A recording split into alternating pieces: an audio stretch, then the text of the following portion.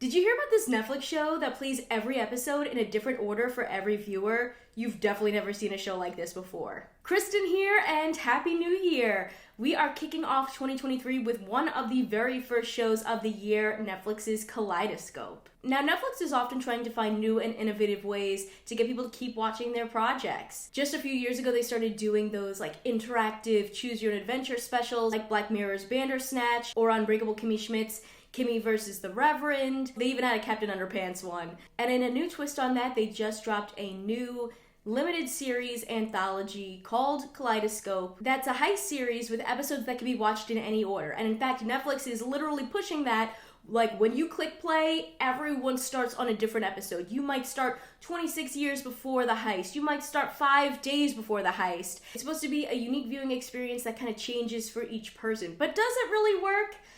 Honestly, I don't think so, and let me tell you why. From the beginning of hearing this premise, I was already kind of confused about how are they going to do this? Because you really need to have very strong writing if every single episode could be the premiere episode, could be the finale episode. So while I was watching it, I was just really intrigued to see which episode came up when for me, and how did that compare to other people that I knew watching. So for me, my order was Violet 24 years before the heist, Blue 5 days before the heist, Green 7 years before the heist, Yellow 6 weeks before the heist, Orange 3 weeks before the heist, Red the morning after the heist, Pink 6 months after the heist, and White the heist. And for me, I actually really liked the order that I got the episodes in. I was glad that I got to start from the very, very beginning, 24 years before the heist, kind of getting all the background information and then getting into the story. But from what I've gathered, White is the episode that everyone ends on, and then it kind of feels like it takes away if they're still giving everyone the finale being White, the actual heist. It's what was the point then? And I do think that the Pink episode maybe would have been a better one to end on. And I do feel like the whole idea of watching it in whatever order Netflix delivers it to you, while it sounds fun, in the grand scheme of things, it's felt just like a little novelty, but not something that you would go back and be like, oh, I missed this, I missed that, let me see, how does this really connect? I felt like watching the story, because everything had to be sort of confined into their own individual episodes, even though we did get to dive into all the characters' motivations and things like that, it felt very one note. I didn't care about any of these characters on a deeper level.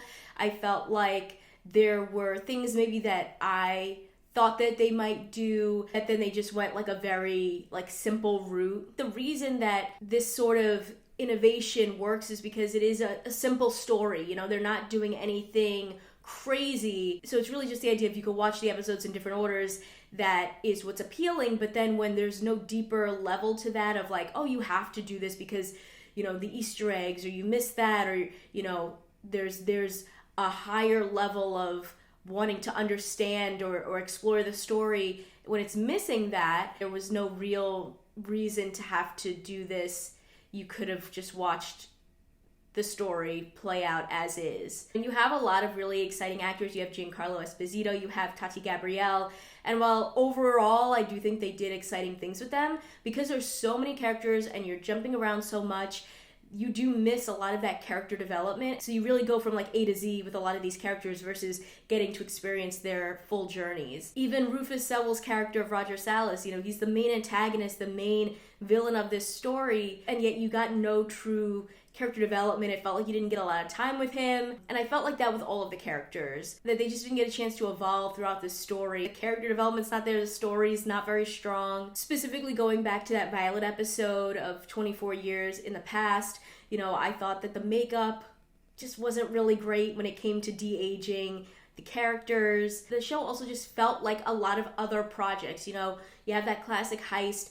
They go back to when the characters were in prison at one point. You're getting kind of Orange is the New Black vibes there. I would say overall, Kaleidoscope, it just didn't feel original. It felt like a very basic heist story, and the thing that makes it exciting is this new innovation they're trying to add in that ends up feeling kind of like a waste in the end. So I think if you're not gonna follow what Netflix chooses for you and you just kind of choose what you want for yourself, maybe it'll feel a little bit more exciting, or a little bit more of an adventure, you really could watch anything. Well, I think watching the episodes in whatever order is a fun novelty. I don't think that it really did anything particularly you know, out of this world with this story. There's not like moments where you have to go dig back and rewatch the show a million times because there's all these hidden Easter eggs and moments and things. And so in that aspect, I feel like they didn't really take advantage of the idea of watch it in any order. You're going to need to watch it again. You're going to need to, you know, piece these things together, and you're going to realize this and realize that. Like, it just felt very basic. It was fun. I don't think it's anything to write home about. Did you check out Kaleidoscope? I'd love to hear your thoughts. And I'd love to hear what order you watched the show in. Did it impact your thoughts on things? Make sure to leave a comment down below and let me know. Consider subscribing if you like my videos, and if you want to talk more TV and movies with me outside of the comments section, check out my Patreon at patreon.com/kmaldo. If you like this one, you can check out more of my videos right over here. See ya!